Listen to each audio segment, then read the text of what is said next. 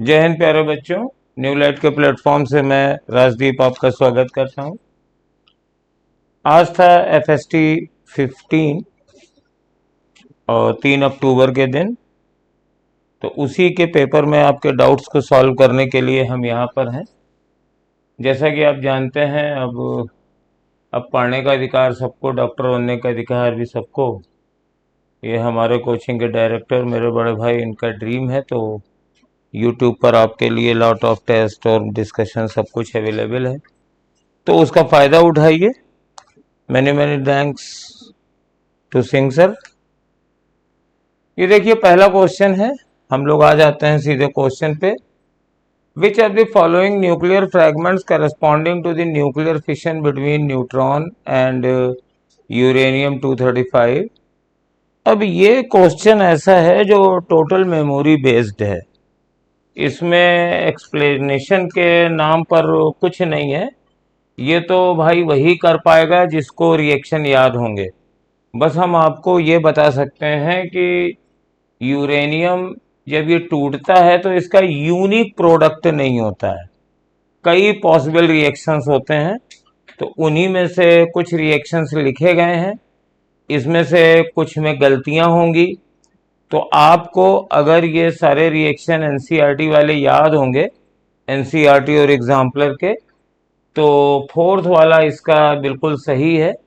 मतलब क्रिप्टॉन और बेरियम में इसमें टूटता है और 3 न्यूट्रॉन निकलते हैं। कहीं मास नंबर नहीं बैलेंस होंगे, कहीं एटॉमिक नंबर वही बैलेंस होंगे, वगैरह वगैरह इस टाइप का है। तो ये टोटल मेमोरी बेस्ड क्वेश्चन है। ये टोटल मेमोरी बेस्ड क्वेश्चन है। जिसको भाई ये फिशन के रिएक्शन याद हैं वो कर पाएंगे, जिनको नहीं याद है वो नहीं कर पाएंगे। दूसरा वाला ठीक है, बढ़िया है, ये भी न्यूक्लियर फिजिक्स का है। Binding energy of a certain nucleus is this difference between the total mass of the nucleus and nuclear mass. तो हमें मालूम है कि अगर जो डिफरेंस होता है, this difference is called mass defect. और बाइंडिंग एनर्जी होती है मास डिफेक्ट इंटू C²। तो बाइंडिंग एनर्जी दी गई है 18 इंटू 10⁸ जूल, और डेल्टा एम निकाल लीजिए। और ये लाइट की वेलोसिटी है 3 इंटू 10⁸ का स्क्वायर। तो डेल्टा एम कितना आया, 18/9 इंटू 10⁸ अपॉन 10⁻16। तो 2 इंटू 10⁻⁻8 kg आ गया। और इसके बाद ये आंसर माइक्रोग्राम में दिया गया है। तो इसको माइक्रोग्राम में जब हम लोग कन्वर्ट करेंगे तो ये 20 माइक्रोग्राम इसका आंसर आ जाएगा। और आप जानते ही हैं कि 1 माइक्रोग्राम किसके बराबर होता है, मिली माइक्रो नैनो पिको। तो जैसे ये केजी है तो मिली 10⁻³ होता है, और माइक्रो ये 10⁻6 होता है, -6।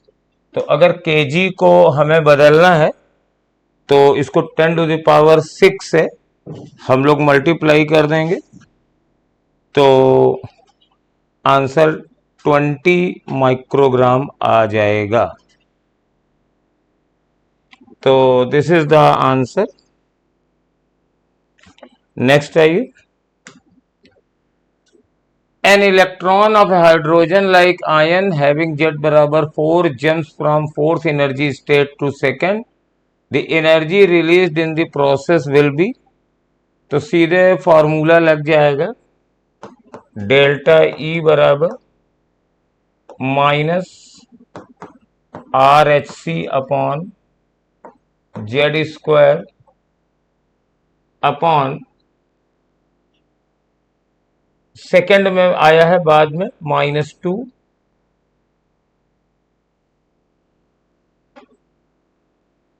और minus minus R H C upon 2 square और ये 4 स्क्वायर। ये मैंने फाइनल एनर्जी में से इनिशियल एनर्जी माइनस करी है, ऐसे कूद रहा है।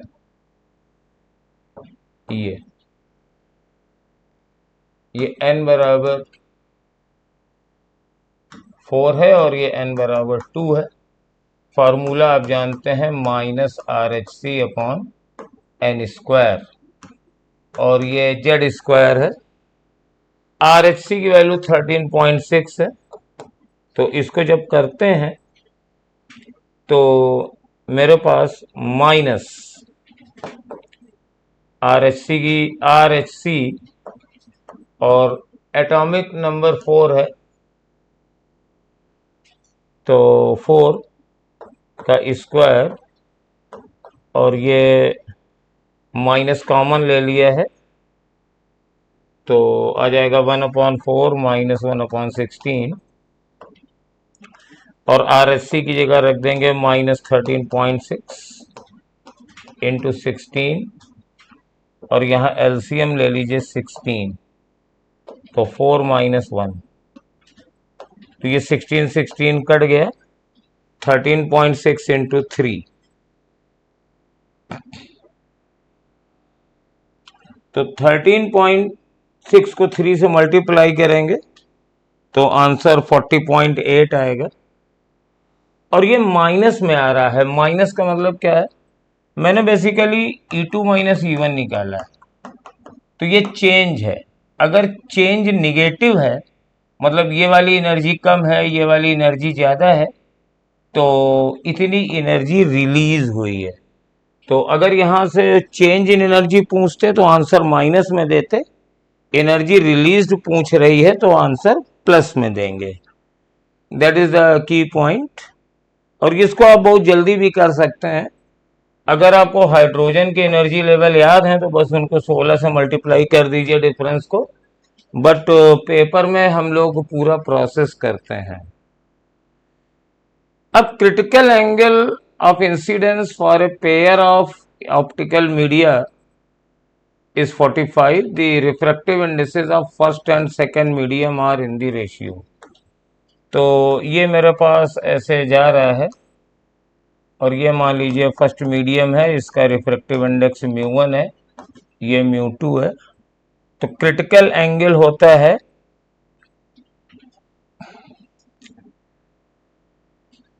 क्रिटिकल एंगल साइन C बराबर μ2 अपॉन μ1। ऊपर रेयरर मीडियम होना चाहिए, नीचे डेंसर मीडियम होना चाहिए। μ1 ज्यादा होना चाहिए, μ2 कम होना चाहिए। तो साइन C बराबर ये μ2 अपॉन μ1, तो ये रेशियो ही निकल रहा है, तो μ2 अपॉन μ1, और क्रिटिकल एंगल दिया गया है 45 डिग्री है, तो that is equal to sine 45 is equal to μ2 upon μ1। तो μ1 अपॉन μ2 पहले तो दूसरा ये √2 हो जाएगा, तो answer is √2:1। Given below the two statements, when an object is placed at the center of curvature of a concave lens, image is formed at the center of curvature of the lens and the other side, on the other side। तो ये concave lens के लिए नहीं सही है, concave mirror होता तो ये ठीक होता। बेसिकली एक्चुअली क्या है कि ये क्वेश्चन जो है, centre of curvature is a conventional term. Centre of curvature mirrors में होते हैं, और ये जो प्रॉपर्टी होती है ये वहाँ के अगर कॉन्केव मिरर है तो सेंटर ऑफ कर्वेचर पर रखी इमेज वहीं बन जाती है। इस टर्म को लेंस की टर्मिनोलॉजी में 2f कह देते हैं। अब चूंकि मिरर में R बराबर 2F होता है, तो उसी के एनालॉग में हमने यहाँ पे सेंटर ऑफ कर्वेचर इस क्वेश्चन में दे दिया गया है, तो इसलिए इसको हम लोग 2F से सोचेंगे। और ये टर्मिनोलॉजी कभी कभी एग्जाम में बदल के आ जाती है, इसी पर्पज से ये क्वेश्चन रखा भी गया है। तो अगर ये कॉन्वेक्स लेंस होता तो ऐसा बन जाता, कॉन्वेक्स लेंस में इधर 2F पे इधर 2F बनता, लेकिन कॉन्केव में तो इधर ही बनेगा, तो पहला वाला स्टेटमेंट फॉल्स है। और concave lens always form A virtual and erect image, तो ये भी सही है, कॉन्केव लेंस हमेशा वर्चुअल बनाता है, और कॉन्वेक्स लेंस फोकस से पहले तक है तो रियल बनाता है, उसके बाद वर्चुअल बनाता है, तो कॉन्केव लेंस हमेशा बनाता है। And don't think too much कि सर अगर ऑब्जेक्ट मेरा वर्चुअल हो जाए तो ये हो जाए, तो मीडियम जो है अगर लेंस का रिफ्रैक्टिव इंडेक्स कम हो तो बिहेवियर उलट जाएगा। तो देखिए, जब ये क्वेश्चन दिया जाता है ना, तो आप मोस्ट कॉमन केस में सोचिए, अगर कोई एक्सेप्शन नहीं है तो पहला वाला सही है और दूसरा वाला गलत है। फर्स्ट ऑप्शन हो गया इसका। नेक्स्ट आते हैं, scientist is observing a bacteria through a compound microscope for better analyse to improve its resolving power, he should select the best option.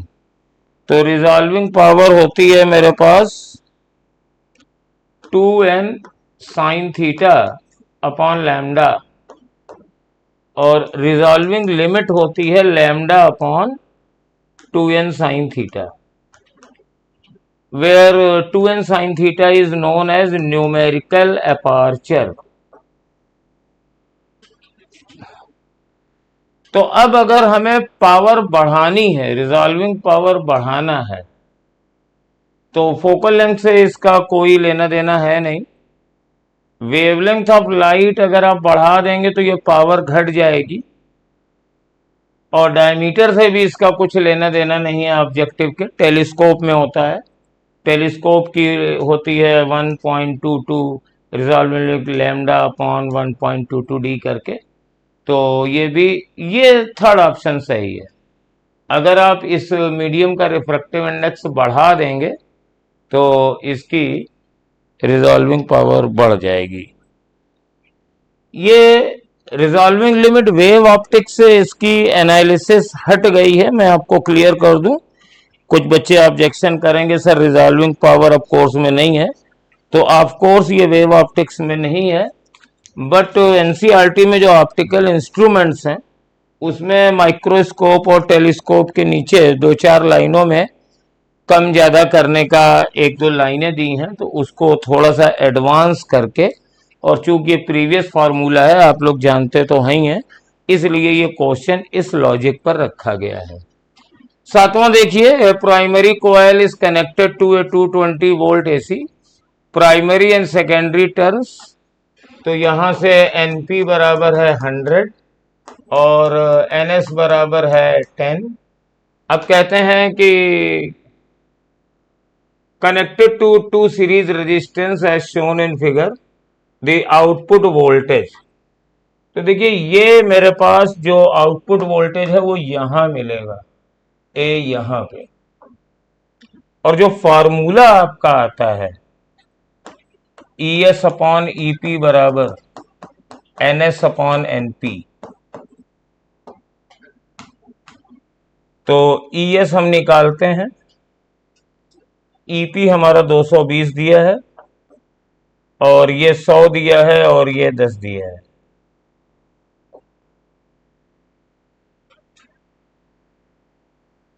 ये मैंने उल्टा लिख दिया है, एन एस 10 है और एन पी 100 है, तो ये जीरो ये जीरो ये जीरो कट गया, ई एस बराबर 22 वोल्ट है, but that is the voltage between this coil, mutual induction इस पे लगा है, और जबकि आउटपुट वोल्टेज हमें यहां मिल रहा है, तो ये वोल्टेज कैसे निकालेंगे, यहां का वोल्टेज आ गया, तो आप कैलकुलेट करिए इस सर्किट में करंट, तो करंट हो जाएगी 22 अपॉन 15 और 7 22 सीरीज में जुड़े हुए हैं ना, तो ये हो जाएगा 1 एम्पियर की।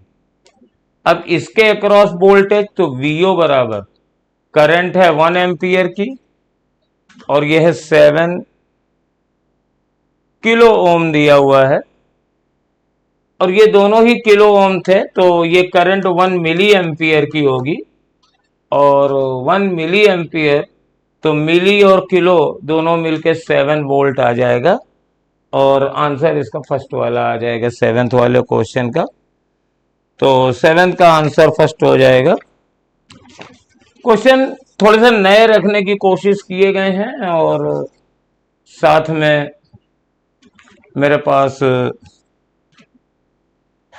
कठिन नहीं है ये क्वेश्चन हमें देखने में।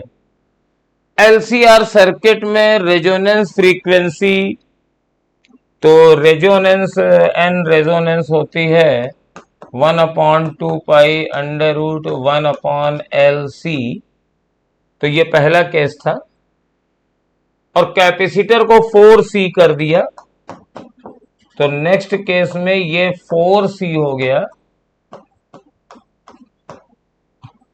और अब नया L कितना होगा, नया वाला इंडक्टेंस मान लीजिए L डैश है,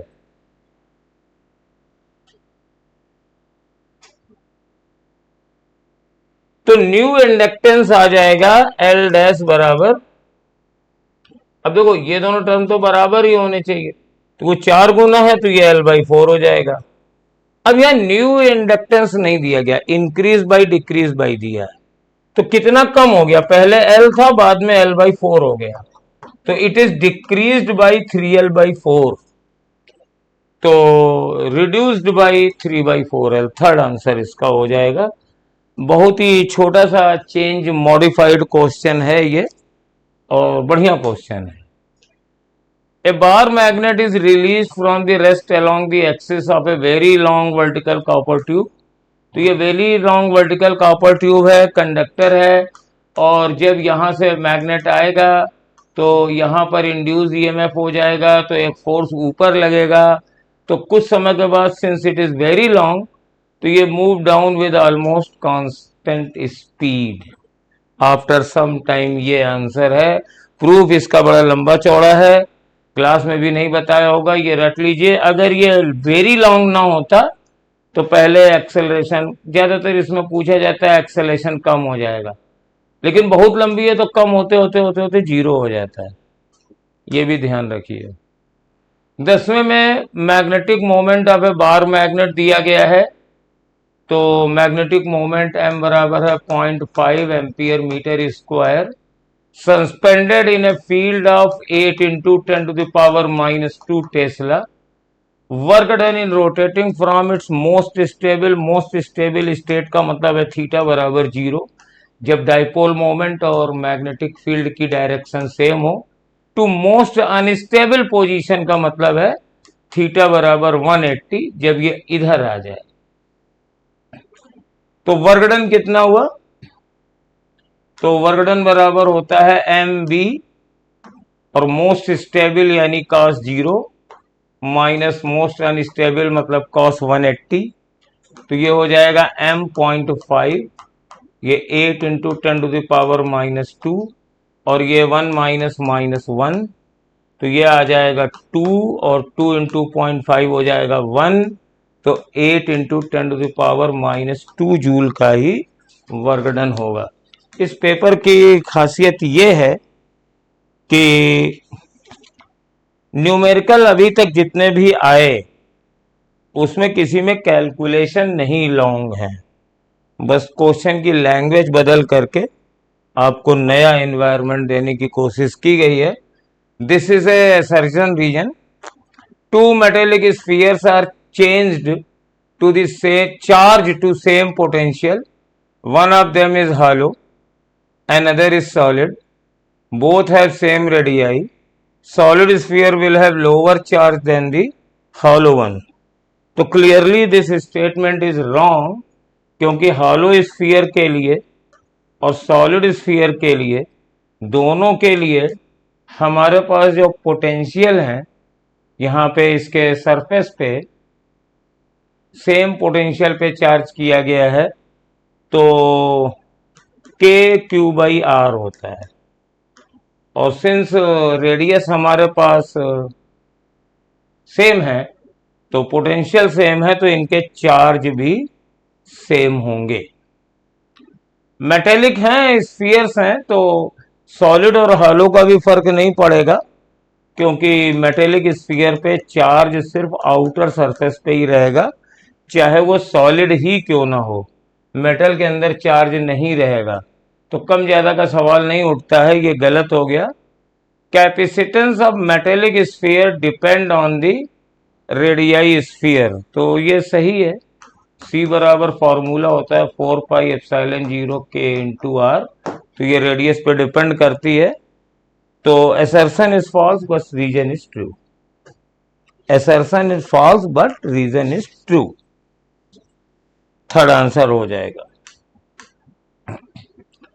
फिर एक कैपेसिटर आ गया है, इस बार अनलाइकली 11 से न शुरू करके 12 से शुरू किया गया पेपर।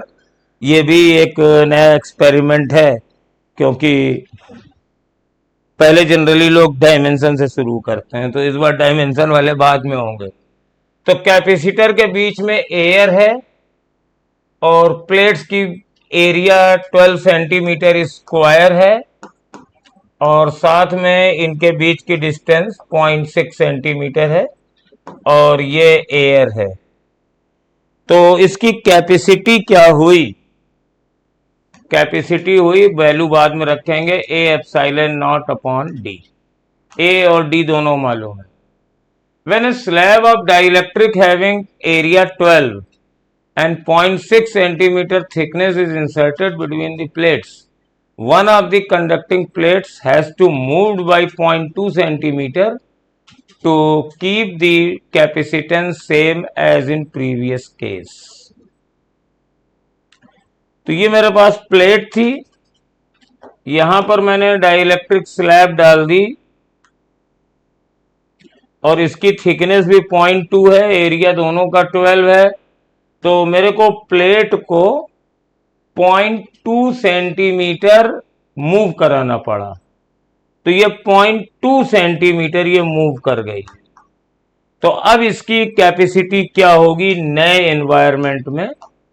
तो C बराबर ए epsilon not upon T 0.6 by के और प्लस 0.2, यहां तो एयर है, ये हो गया।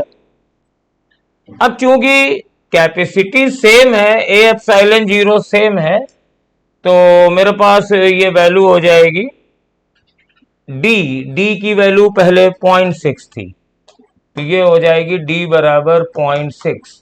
तो ये डिनोमिनेटर इनके बराबर होंगे, तो 0.6 बराबर 0.6 बाई के प्लस 0.2, तो 0.4 बराबर 0.6 बाई के, तो के बराबर 6 बाई 4 0.6, तो ये 3 बाई 2 यानी 1.5 इसका आंसर आ जाएगा। This is 1.5। अगला क्वेश्चन देखते हैं। प्लेन प्रोग्रेसिव वेव दी गई है, इसकी फ्रीक्वेंसी निकालनी है। तो टी का कॉफिशिएंट देखिए, 2 पाई एन बराबर 330, तो एन बराबर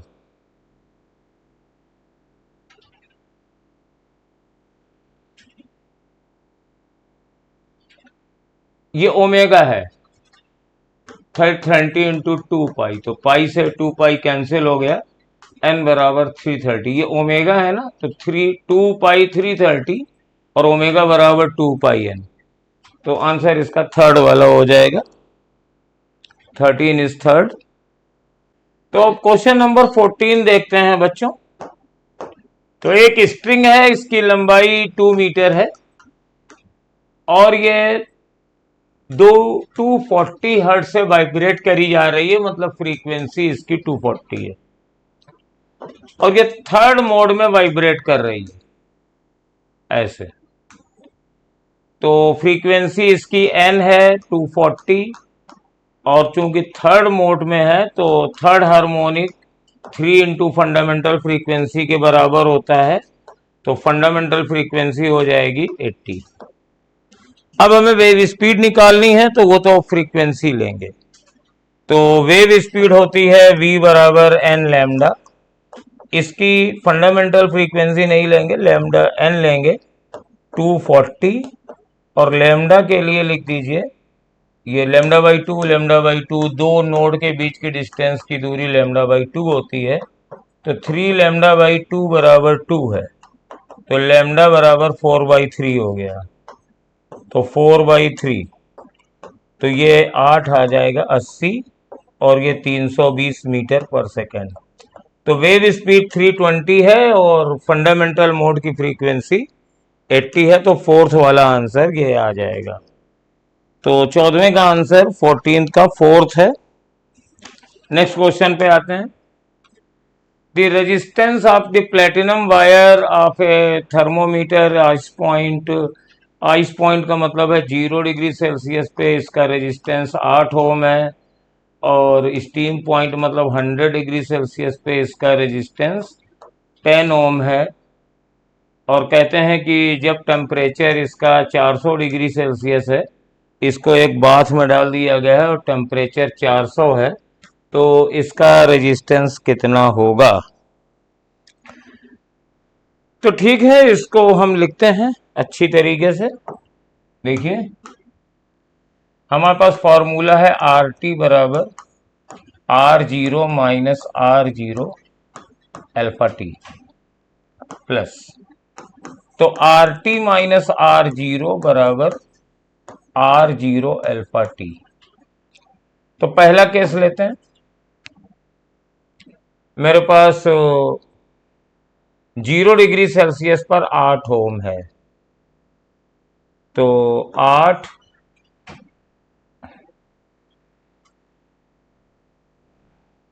माइनस 8 बराबर, जो 0 डिग्री सेल्सियस है तो पहला वाला तो लेना ही नहीं है, ठीक है, ये दूसरा वाला लीजिए आप। तो दूसरा वाला, इसमें R0 फिर 8 रखेंगे, अल्फा रखेंगे तो T तो 0 आएगा ही। इसको देखिए, तो 10 माइनस 8 बराबर 8 अल्फा इंटू 100, और दूसरा आ गया मेरे पास, ये रेजिस्टेंस R माना है, तो R माइनस 8 बराबर 8 अल्फा 400। बस अब हम इन दोनों को डिवाइड कर देंगे, तो 2/R-8 बराबर 100/400, तो ये 4 आ जाएगा, तो 2 इंटू 4 बराबर R-8, तो R बराबर 16 ओम आ गया। तो आंसर इसका सेकेंड वाला है, second 16 ohm is the answer. ये थोड़ा सा अच्छा क्वेश्चन है। और मोमेंट ऑफ इनर्शिया अगर हम इसके अबाउट निकालें, ये क्या है, ये हॉलो स्फीयर है और ये डायमीटर है, तो इसके अबाउट मोमेंट ऑफ इनर्शिया हो जाएगा डायमीटर के अबाउट 2/3 m r, इसकी रेडियस है स्क्वायर, और बराबर लिख देंगे m k², तो k बराबर हो जाएगा √2/3 इंटू आर, √2/3 इंटू आर। अब इसके अबाउट मुझे मोमेंट ऑफ इनर्शिया निकालना है, इस एक्सिस के अबाउट। तो ये अगर हम इसको निकालें तो इसको निकालना थोड़ा सा कठिन पड़ेगा आपको, क्योंकि ये फार्मूला नहीं याद होता है। आपको बस फार्मूले याद करके लगाने हैं। इसके अबाउट आप मोमेंट ऑफ इनर्शिया, इसके अबाउट तो याद होता है, लेकिन इसके अबाउट मोमेंट ऑफ इनर्शिया नहीं याद होता है। तो पहले इसके अबाउट निकालिए जो आपका रटा हुआ फार्मूला है, और फिर इसके अबाउट निकालिए। तो जब इसको निकालेंगे तो आपकी, हमारे पास ये बहुत ही गंदी वैल्यू आती है मोमेंट ऑफ इनर्शिया, 67/12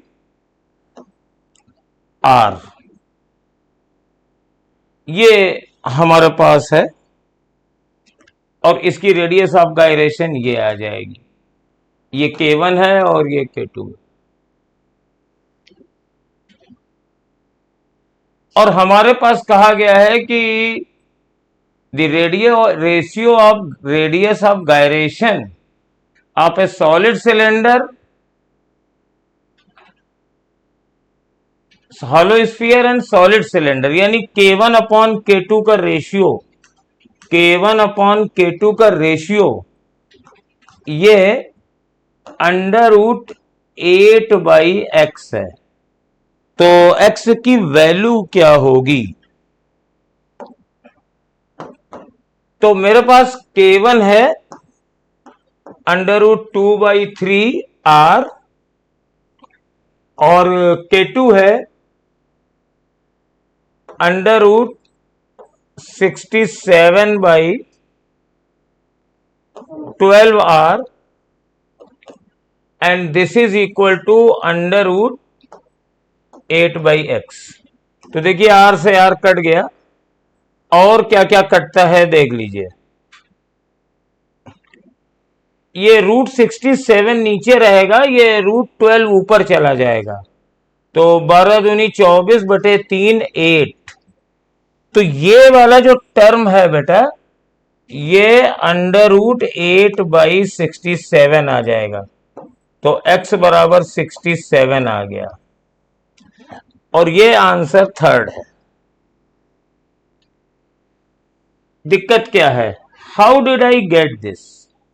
और इसको निकालने के लिए आपको इसके अबाउट मोमेंट ऑफ इनर्शिया मालूम होना चाहिए।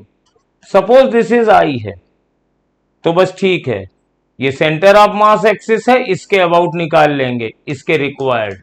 तो इसके अबाउट मोमेंट ऑफ इनर्शिया बराबर ये वाला मोमेंट ऑफ इनर्शिया ICM और प्लस सिलेंडर का मास इंटू ये डिस्टेंस हमारे पास जितनी दी गई है 2r का स्क्वायर। अब ये भी बता दें? नहीं, ये नहीं बताएंगे, ये जानबूझ के नहीं बता रहे हैं, क्योंकि अगर ये बताएंगे तो सब आप देख करके भूल जाओगे। ये आपके लिए चैलेंज है कि घर जाओ, NCERT खोलो और सिलेंडर का मोमेंट ऑफ इनर्शिया इसके अबाउट, इसके अबाउट, दोनों के अबाउट याद कर लो। जानबूझ के अपने वीडियो को हम नहीं बता रहे हैं, सिर्फ इसलिए नहीं बता रहे हैं क्योंकि बताएंगे आप सुनोगे भूल जाओगे, और जब नहीं बताएंगे तो आप ढूंढोगे तो आपको मिलेगा।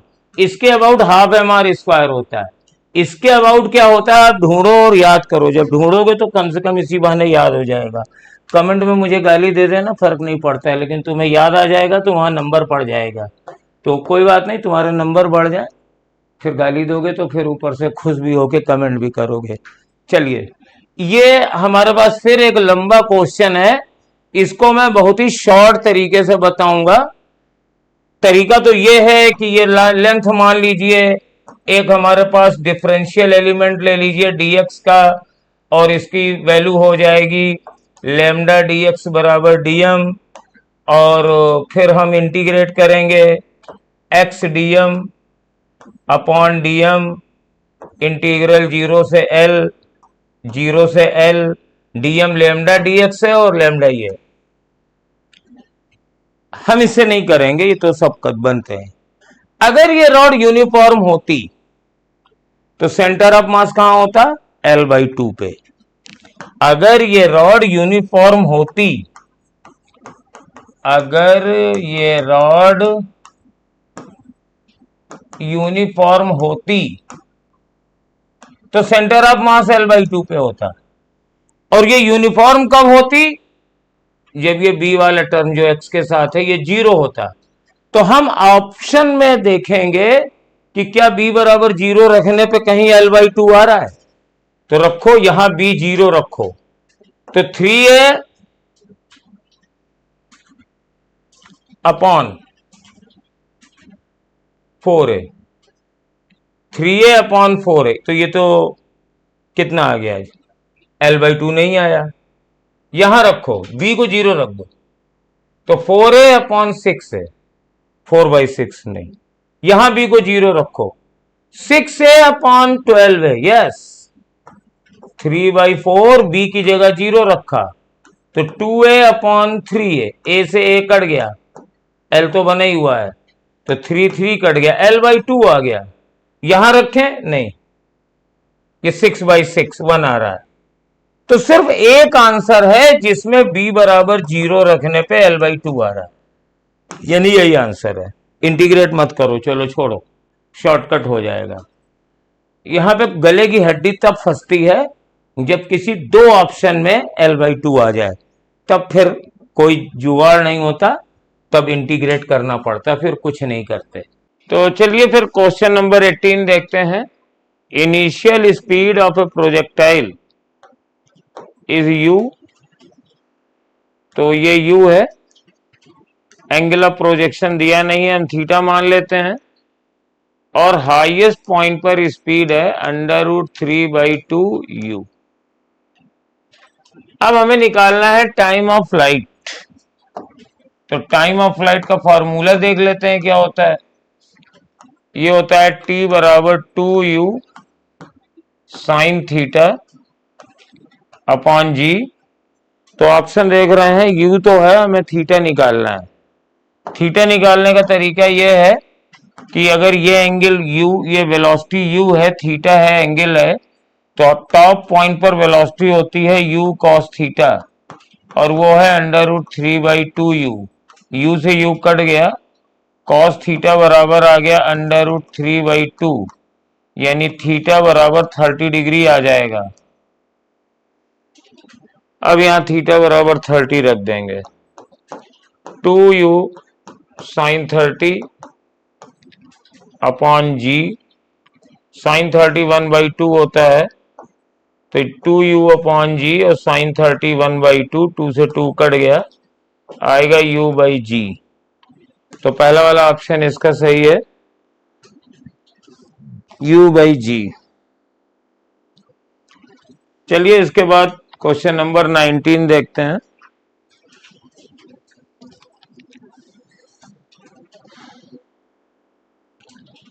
बहुत लंबा चौड़ा क्वेश्चन है लेकिन बहुत ही सिंपल है। देखिए, the least count of the main scale of the vernier callipers is 1 millimetre.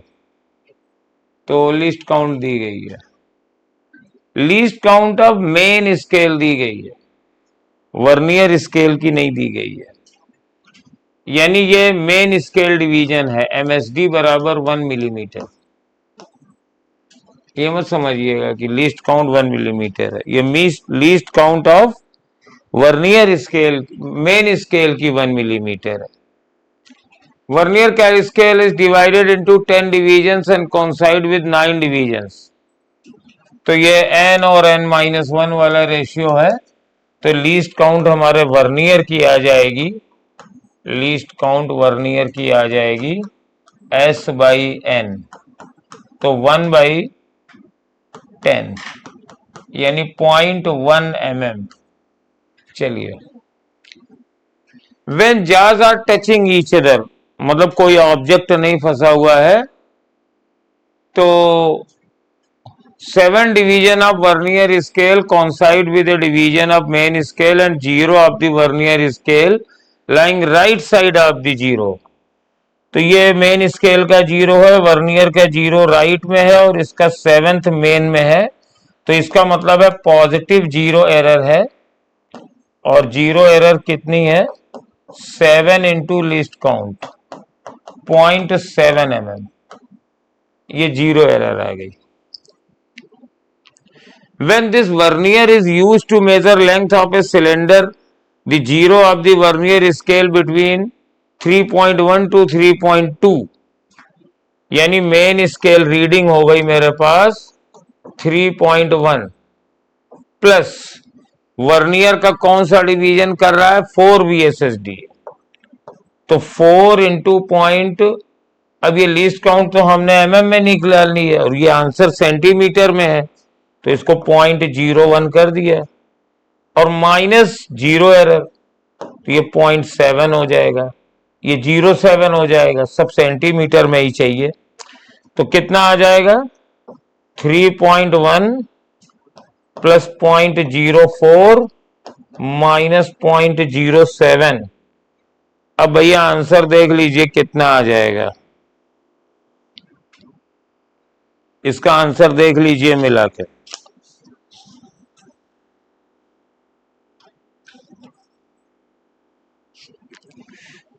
करें इधर 3.1, इसमें 0.04 जोड़ दिया तो 3.14। अब इसमें से 0.07 माइनस करेंगे तो 3.07 आएगा, थर्ड ऑप्शन।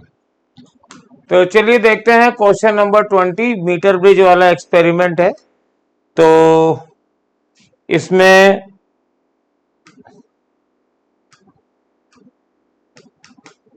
क्या हो गया भाई, दोबारा करना पड़ेगा, तुम तो और न सुड्डे निकले, पहली बार में गड़बड़ हो गया। हाँ, चलिए अब चलते हैं क्वेश्चन नंबर 20 में। एक मीटर ब्रिज का एक्सपेरिमेंट है। इसकी वायर की लेंथ 10 सेंटीमीटर है, कोई वायर है ये, और देखिए यहां लिखा हुआ है right gap of metre bridge में जुड़ा हुआ है। इस वायर की लेंथ दी गई है 10 सेंटीमीटर और रेडियस दी गई है, ये क्रॉस सेक्शन रेडियस है √7 इंटू 10⁻⁻4 मीटर, और इसकी रेजिस्टिविटी भी दी गई है R इंटू 10⁻⁻7 ओम मीटर। ठीक है, इतनी तो जानकारी दी गई है। लेफ्ट गैप में एक 4.2 ओम का रेजिस्टेंस जोड़ा गया है, तो यहाँ पे 4.5 ओम का रेजिस्टेंस है, ये राइट गैप है, और बैलेंस पॉइंट लेफ्ट से 60 सेंटीमीटर पर आ रहा है। तो पहले तो भाई इसका रेजिस्टेंस निकाल लो। मान लो ये रेजिस्टेंस x है, मीटर ब्रिज है तो ये 60 है तो ये 40 हो जाएगा। अब मीटर ब्रिज वाला फॉर्मूला लगाओ, 4.5/60 इज इक्वल टू x/40। 20 से काट दीजिए, ये 2 आएगा, ये 3 आएगा, x बराबर 3 ओम आ जाएगा। 4.5 इंटू 2/3। अब हमें रेजिस्टिविटी R की वैल्यू निकालनी है, तो रेजिस्टेंस क्या होता है, R बराबर रो, तो R into 10⁻⁻7 into length, metre में रखेंगे 10 इंटू 10⁻⁻2 R स्क्वायर, तो √7 इंटू 10⁻⁻4 का स्क्वायर। अब देखो यहाँ पाई R स्क्वायर होता है एरिया, तो ये √7 है, तो इसको मैं 22/7 लिख देता हूं। अब इसको बस काटम पीटी मचानी है किसी भी तरीके से। तो देखिए 7 से ये √7 का स्क्वायर चला गया, और नीचे 22 है, ये 10⁻⁻4 है, ये 10⁻⁻8 बना, 10⁻⁻8 ऊपर चला गया, 10⁻⁻8 ऊपर गया तो 10⁻8, और ये -7 है, तो ये सारे टर्म इसके कैंसिल हो गए, तो R बराबर बेटा आ गया 66। इसका थर्ड ऑप्शन सही है। खाली लास्ट में बस हमें कैलकुलेशन करना था, आंसर इसका आ गया 66।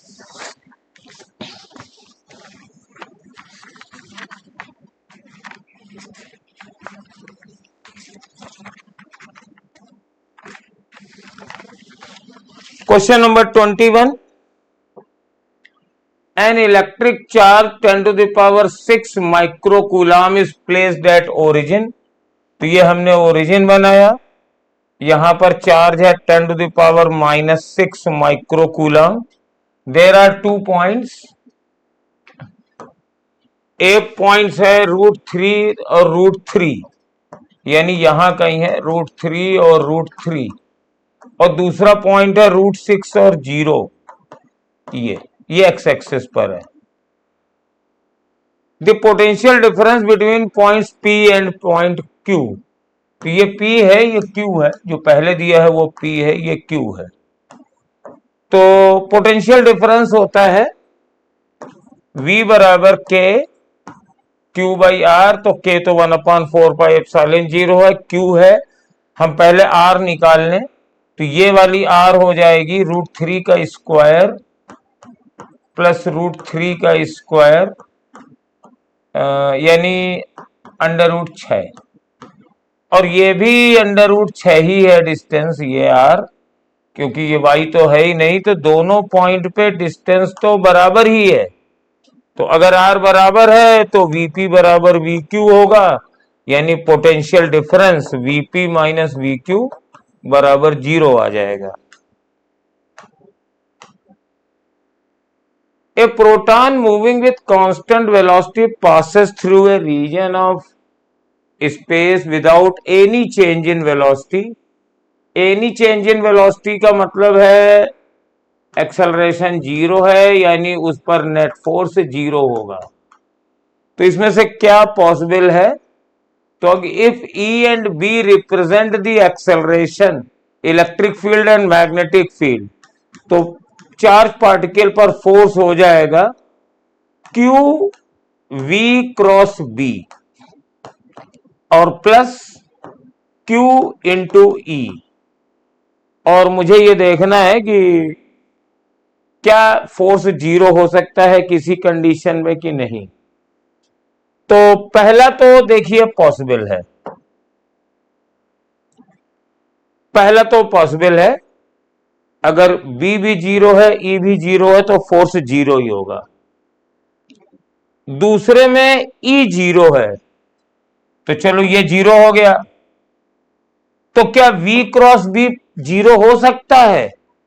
हाँ, V क्रॉस B 0 हो सकता है अगर वेलोसिटी मैग्नेटिक फील्ड की डायरेक्शन में हो।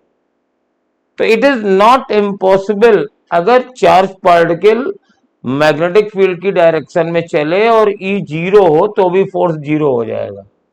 तो second one is also possible. अगर B 0 है तो ये तो 0 हो गया, लेकिन ये E 0 नहीं है, ये तो एक्सेलरेशन देगा, वेलोसिटी कांस्टेंट नहीं रह सकती। E भी 0 नहीं है, B भी 0 नहीं है, तब भी पॉसिबल है। अगर ये F 0 कर दें तो V क्रॉस B की value, if velocity is such that V cross B बराबर minus E, in that case it is also possible. तो हमारे पास 4 पॉसिबल आंसर हैं, A, B and D। Third answer इसका हो जाएगा, answer number third. Next question, कौन सा reverse bias है? तो अगर पी टाइप का टर्मिनल का वोल्टेज अगर ज्यादा हो, मोर हो, और ये लेस हो तो फॉरवर्ड बाइस। रिवर्स बाइस में ये कम होना चाहिए, ये ज्यादा होना चाहिए। तो ये 2 है, ये -10 है, तो ये फॉरवर्ड बाइस हो गया। ये 0 है, ये -5 है, तो ये ज्यादा है, तो ये फॉरवर्ड बाइस हो गया। ये +2 है, ये -0 है, तो ये भी फॉरवर्ड बाइस हो गया। ये +2 है, ये 4 है, इस बार ये ज्यादा है, ये कम है, तो fourth one is reverse bias. तो fourth is the answer. Planck's constant and angular momentum है सेम डायमेंशन, यस। आप निकालिए, दोनों की डायमेंशन सेम आती है। प्लैंक कांस्टेंट की होती है H बराबर E अपॉन न्यू, E बराबर H न्यू होता है। तो हो जाएगा ml स्क्वायर T-2 और न्यू की होती T-1, तो हो जाएगा ml square T-1। Angular momentum ये होता है mvr, तो m l T-1 और r की l, तो ये दोनों सेम है, पहला स्टेटमेंट सही है। Linear momentum end moment of force है सेम डायमेंशन, ये गलत है। लीनियर मोमेंटम की होती है mlt-1 और मोमेंट ऑफ फोर्स की होती है ml स्क्वायर T-2, फोर्स की mlt-2 इंटू r। तो statement first is true but statement second is false. इसका आंसर फोर्थ आ जाएगा 24 का। और 25, दो बॉडीज हैं और उनकी काइनेटिक एनर्जी बराबर है, magnitude of their linear momentum. तो देखो बेटा, k बराबर होता है हाफ mv स्क्वायर, p बराबर होता है mv, तो k बराबर हाफ m और v की जगह p बाई m का स्क्वायर। तो अब ये बन जाएगा k half m upon m square p square, तो p स्क्वायर बराबर हो जाएगा 2km, क्योंकि उनकी काइनेटिक एनर्जी बराबर है, तो p1 square upon p2 square, 2 cut गया, काइनेटिक एनर्जी बराबर है तो कट गया, पहला मास है 4, दूसरा है 25, तो p1 अपॉन p2 हो गया 4/5, and that is the fourth one is the answer. तो ये रहे बेटा 25 क्वेश्चन। और एक मिनट, ये 4/5, ये 2/5 आया भाई, 4 का स्क्वायर रूट 2 होता है, तो 2/5, fourth one is not, third is सही, 2:5। ये स्क्वायर रूट 4 का स्क्वायर रूट 4 लिख गए थे, तो ये गलत हो गया था। तो बेटा 25 क्वेश्चन आगे के नेक्स्ट आगे दूसरे सर करेंगे, तो उनका वेट करिए, आ रहे होंगे। नमस्कार, स्वागत है आप सभी का न्यू लाइट नीट पे। My self CP Sharma, department of physics. तो बच्चों आज एफएसटी 15 का डिस्कशन है और मेरे हवाले में बच्चों क्वेश्चन नंबर 26 से 50 तक आए हुए हैं, जो कुछ इस तरीके से हैं। तो ये पहला बच्चों एसेशन रीजन का क्वेश्चन है, बहुत ही प्यारा सवाल है। तो अगर हम देखें बच्चों, the viscosity of gases is greater than liquid, तो ये बात बिल्कुल बच्चों गलत है। अगर हम बात करें विस्कोसिटी आती किस वजह से, ड्यू टू इंटरमोलिकुलर फोर्सेस बच्चों। और इंटरमोलिकुलर फोर्सेस लिक्विड्स में ज्यादा स्ट्रांग होते हैं बच्चों और गैसेस में कम, क्योंकि गैसेस में वीक वेंडरवॉल फोर्सेस होते हैं। तो अगर हम बात करें बच्चों, the surface tension of liquid decreases due to decreasing insoluble impurity, ये बच्चों ट्रू स्टेटमेंट है। ठीक है, अगर हम वाटर में या लिक्विड में इनसॉल्युबल इंप्योरिटी डालते हैं तो बच्चों उससे सरफेस टेंशन क्या करती है, डिक्रीज कर जाती है। टेम्परेचर बढ़ाने पर ऑल्सो सरफेस टेंशन बच्चों डिक्रीज करता है, क्योंकि इंटरमोलिकुलर फोर्सेस वीक होते हैं और जो वाटर की अपर मेम्ब्रेन स्ट्रेचेबल मेम्ब्रेन की तरीके से बिहेव करती है, उसका बिहेवियर क्या होता है बच्चों, कम हो जाता है। ठीक है, तो अगर हम बात करें बच्चों, statement 1 is false and 2 is true, तो ये बच्चों फर्स्ट ऑप्शन सही है। सेकेंड की अगर हम बात करें तो both statement 1 and 2 are the false, तो ये बिल्कुल हमें करेक्ट स्टेटमेंट बच्चों मिल गया, स्टेटमेंट नंबर 1। अब आते हैं बच्चों नेक्स्ट क्वेश्चन पे, question number 26। A convex lens of focal length 40 centimetre, तो कॉन्वेक्स लेंस है बच्चों जिसकी फोकल लेंथ 40 सेंटीमीटर दे रखी हुई है। Forms an image of extended source, तो बच्चों एक्सटेंडेड सोर्स की एक इमेज बनाता है। एक्सटेंडेड तो कहीं कहीं बच्चों पता है हमको, एक्सटेंडेड सोर्स की इमेज कहां बच्चों, फोकस पे बना रहा होगा, क्या ये बात क्लियर है? ठीक है, on a photoelectric cell a current I is produced। ठीक है बच्चों, the lens replace by the focal length having focal length बच्चों 20 सेंटीमीटर। तो बच्चों नया दूसरे लेंस को रिप्लेस कर देते हैं बच्चों, और इसकी फोकल लेंथ बच्चों कितनी 20 सेंटीमीटर है, और पहले वाले की कितनी थी बच्चों 40 सेंटीमीटर। ठीक है ना। एज सेम डाया, तो डाया अगर सेम है बच्चों, अपर्चर सेम है, तो बच्चों इंटेंसिटी ऑफ लाइट सेम होगी। अगर इंटेंसिटी ऑफ लाइट सेम है तो क्या होगा बच्चों, फोटो करंट बच्चों किस पे डिपेंड करती है, इंटेंसिटी पे। अगर इंटेंसिटी हमारी ज्यादा बच्चों तो नंबर ऑफ फोटॉन्स ज्यादा बच्चों, तो नंबर ऑफ फोटॉन्स अगर ज्यादा है तो बच्चों number of electrons, number of photo electrons भी ज्यादा होगा, नंबर ऑफ फोटो इलेक्ट्रॉन्स भी ज्यादा होगा बच्चों। अब इंटेंसिटी सेम है, अगर अपर्चर सेम है बच्चों, डाया सेम है, तो बच्चों इंटेंसिटी सेम है, लाइट की इंटेंसिटी सेम है, तो number of photo electron, number of photon same है, नंबर ऑफ फोटॉन सेम है तो नंबर ऑफ फोटो इलेक्ट्रॉन भी सेम है, और तो फोटो करंट भी बच्चों सेम होगी। तो यहां से अगर हम बात करें तो 27 नंबर का बच्चों फोर्थ ऑप्शन करेक्ट है। क्वेश्चन नंबर 28 बच्चों, a body of mass 1000 kg, तो एक बॉडी है जिसका मास बच्चों 1000 किलो है।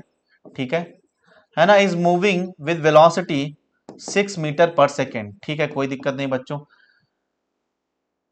If 200 kg extra mass is added the final velocity, तो बच्चों अगर हम बात करें, ये मास एक सिस्टम है बच्चों 1000 किलो का, जो कि मूव कर रहा है बच्चों 6 मीटर पर सेकेंड से, और इसमें बच्चों हम क्या करते हैं कि 200 किलो मास जेंटली रखते हैं, इसमें जेंटली वर्ड और ऐड होना चाहिए बच्चों, तो 200 किलो मास जेंटली रखेंगे, तो total linear momentum of system remain conserve रहेगा।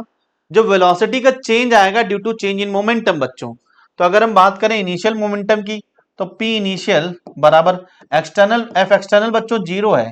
अगर हम बात करें बच्चों डीपी बाई डी टी बराबर एफ एक्सटर्नल होता है बच्चों। अगर एक्सटर्नल फोर्स जीरो है तो डीपी जीरो है। डीपी जीरो मतलब क्या बच्चों, डेल्टा पी बराबर जीरो है। चेंज इन मोमेंटम क्या है, सिस्टम का जीरो है बच्चों। तो पी इनिशियल बराबर पी फाइनल, तो ये आ जाएगा बच्चों 1000 इंटू 6 मोमेंटम इनिशियल और फाइनल मोमेंटम 200 किलो इसमें और ऐड कर देते हैं बच्चों, तो क्या हो जाएगा 1200 किलो। तो 1200 और इंटू वेलोसिटी बच्चों अपन को निकालनी कितनी होगी, तो दो जीरो से बच्चों दो जीरो और ये आ जाएगा 6 टू 12, तो v बराबर आ जाएगा बच्चों that is 10/2, I hope so 5 metre per second. So velocity of object is that is 5 meter per second. Isn't it all of you? तो velocity is 5 metre per second. Question number 28 बच्चों कुछ इस प्रकार, और इसका सही ऑप्शन है fourth, जो कि मैं मार्क कर चुका हूं। अब वायर ऑफ रेजिस्टेंस आर, तो बच्चों एक वायर था हमारे पास में जिसका रेजिस्टेंस कुछ आर था, is cut into 5 equal part. तो बच्चों 5 इक्वल पार्ट में कट करते हैं एंड ज्वाइन पैरेलली बच्चों। तो 5 इक्वल पार्ट में कट करते हैं, पैरेलल ज्वाइन कर देते हैं, 1 2 3 4 और 5। तो बच्चों अगर हम बात करें तो 5 इक्वल पार्ट में कट किया तो एक पार्ट का रेजिस्टेंस होगा r/5 और n टाइम्स बच्चों डिक्रीज कर जाएगा, तो R इक्विवेलेंट कितना आ जाएगा बच्चों, दैट इज r/n। तो r/n कितना 5, तो R इक्विवेलेंट बराबर आ जाएगा बच्चों r/25। तो यहां से बच्चों मैच करा लेते हैं, देखते हैं कौन सा ऑप्शन सही है। तो R, तो बच्चों इस हिसाब से फर्स्ट ऑप्शन सही है। तो देखो ध्यान से, बहुत ही आसान पेपर है बच्चों, मेरे ख्याल से एफएसटी एक अच्छा पेपर होता है, और एफएसटी की टेस्ट सीरीज बच्चों आप सभी को ज्वाइन भी करनी चाहिए, एक अच्छा मौका भी होता है आपको।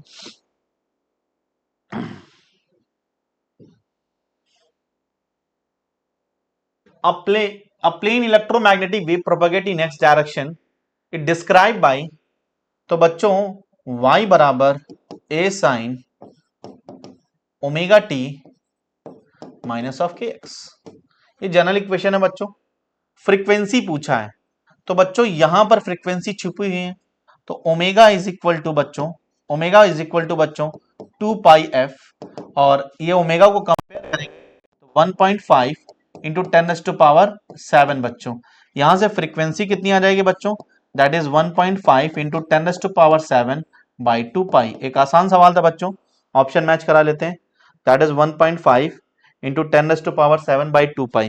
तो क्वेश्चन नंबर 30 बच्चों ऑप्शन नंबर 2, एक आसान सवाल था बच्चों ये भी। और आगे देखते हैं गाइस, तो question number 31, the radius of third stationary orbit Bohr orbit is r, then radius of fourth stationary orbit, तो बच्चों r is directly proportional to n square by z। तो बच्चों यहां से अगर हम बात करेंगे, ये फॉर्मूलेज बच्चों याद होने चाहिए आपको, प्रोपोर्शनलिटी तो याद ही होनी चाहिए, बहुत सारे सवाल बनते हैं। तो अगर हम बात करें बच्चों r1/r2 बराबर बच्चों n1 square by n2 square, तो रेडियस ऑफ, पहले बच्चों रेडियस थी r, बाद में बच्चों अपन को निकालना r2, और पहले बच्चों n1 स्क्वायर, तो रेडियस ऑफ थर्ड ऑर्बिट, तो थर्ड और 9 हो जाएगा बच्चों। तो radius of fourth stationary orbit पूछा है, तो हो जाएगा 16 बच्चों। तो r2 बराबर बच्चों हो जाएगा 16r/9। तो देखो बच्चों करेक्ट ऑप्शन मैच करा लो, that is 16r/9।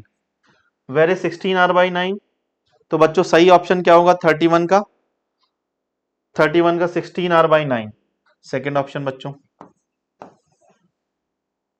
Question number बच्चों 32, तो 32 बच्चों कुछ इस प्रकार है, जरा देखो बच्चों ध्यान से।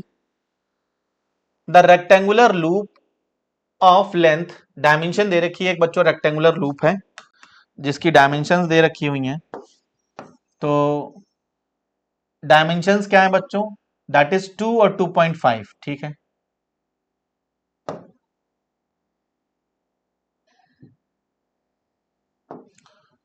तो बच्चों ये 2 है और ये 2.5 है,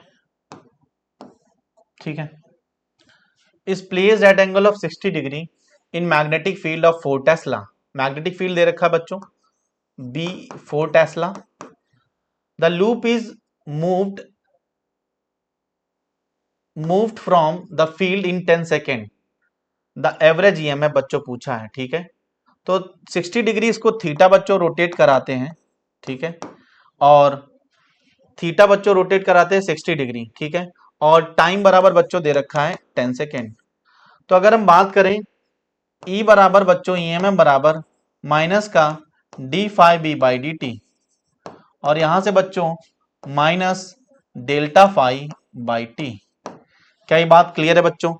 तो इनिशियल फ्लक्स की अगर हम बात करेंगे तो इनिशियल फ्लक्स हो जाएगा बच्चों दैट इज मैग्नेटिक फील्ड कितनी दे रखी 4 टेस्ला, तो फाई बराबर एरिया कितना आ जाएगा बच्चों, तो फाई इनिशियल बराबर बी ए कॉस थीटा।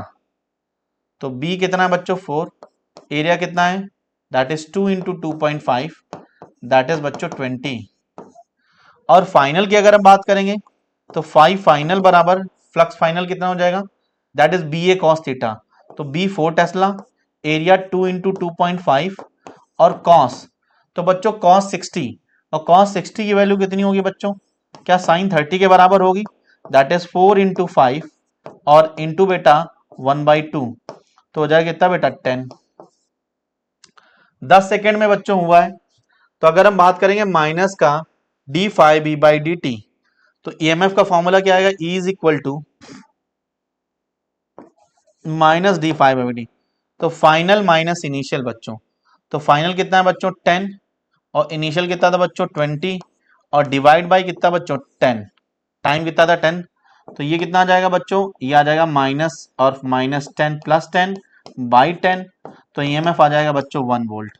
तो ना माइनस 1 वोल्ट बच्चों प्लस 1 वोल्ट, तो थर्ड ऑप्शन सही हो जाएगा बच्चों। क्वेश्चन नंबर 32 एक सही ठीक ठाक सवाल था बच्चों, और इसी पहलू में बच्चों बढ़ते बढ़ते अपन पहुंच गए क्वेश्चन नंबर 34 पे। और क्वेश्चन नंबर 34 एक अच्छा सवाल है बच्चों, ठीक है।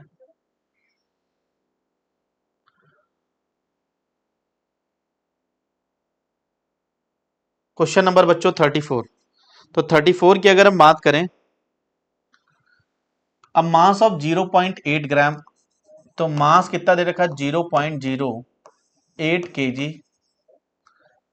एट कांस्टेंट वॉल्यूम, टेम्परेचर बच्चों दे रखा है 5 degree Celsius, the specific heat of air at constant volume is, तो बच्चों अगर हम बात करें specific heat at constant volume, तो सीवी की वैल्यू दे रखी है 0.17 kilocalorie per KG degree Celsius बच्चों।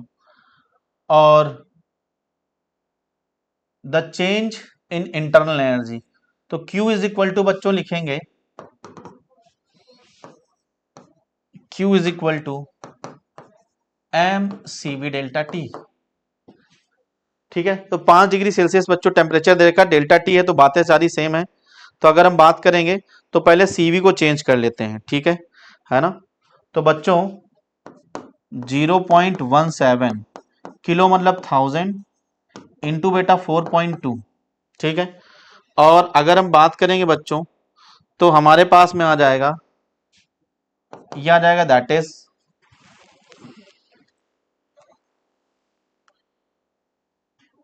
710.6, ये आ जाएगा बच्चों जूल पर केजी डिग्री सेल्सियस। तो अब हमारा सारा बच्चों काम हो गया। अब अपन को क्या करना है, Q बराबर एम सी वी डेल्टी, तो सारे एमकेएस में रखते हैं बच्चों।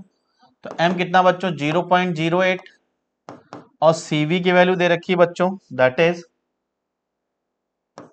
710.6 और डेल्टा टी कितना बच्चों दे रखा है 5, डेल्टा टी दे रखा है 5। तो बच्चों यहां से अगर हम कैलकुलेट करेंगे तो कितना आ जाएगा दैट इज 5 8 जा 40। तो अगर हम बात करें बच्चों तो आ जाएगा 0.4, इंटू बच्चों 710.6, तो 4 से और बच्चों मल्टीप्लाई कर लेंगे, ठीक है। तो 4 से जब मल्टीप्लाई करेंगे तो कर लेते हैं, तो यहां से अगर बच्चों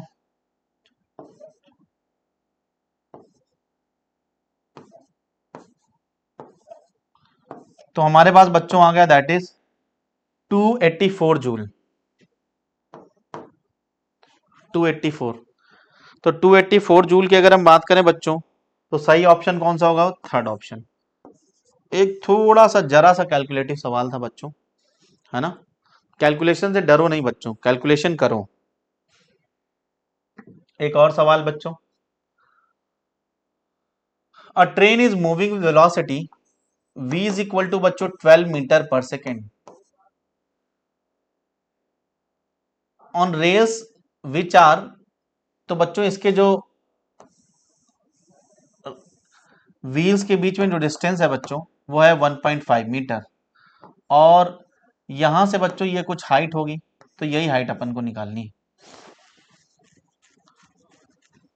neglecting the radius of curve, तो कर्व की रेडियस बच्चों दे रखी है 400 मीटर। तो बच्चों जब हम क्या करते हैं कि किसी कर्व रोड पे घूमते हैं, तो बच्चों रोड हमारी इंक्लाइन होनी चाहिए, नहीं तो क्या होगा, हम स्किड कर जाएंगे, स्लिप करते बच्चों अंदर की तरफ, स्किड करते बाहर की तरफ। तो इसका बच्चों सिंपल सा फॉर्मूला होता है, that is tan theta is equal to बच्चों V square by R G, और यहां से पहले यहां निकाल लेते वैल्यू, तो वी स्क्वायर कितना हो जाएगा बच्चों 12 इंटू 12, और बराबर आर कितना बेटा 400, और जी बराबर 10 दे रखा है। यहां से बच्चों अगर हम बात करेंगे तो ये भी tan थीटा होगा, तो क्या हो जाएगा परपेंडिकुलर बाई बेस, तो h डिवाइड बाई 1.5। तो यहां से अगर हम बात करेंगे तो क्या आ जाएगा, that is h is equal to 12 into 12 by 400 into 10, और इंटू बेटा 1.5 डिवाइड, तो जीरो हटा दो बच्चों 10। तो अगर हम बात करें 4 1 जा 4, 4 3 जा 12, ठीक है। तो ये आ जाएगा बच्चों दैट इज 36 इंटू 15, और डिवाइड बाई बच्चों 1 2 3 4। तो अगर हम कैलकुलेट करेंगे बच्चों तो अप्रॉक्सीमेट ये कैलकुलेशन आ जाएगा that is 36 into 15,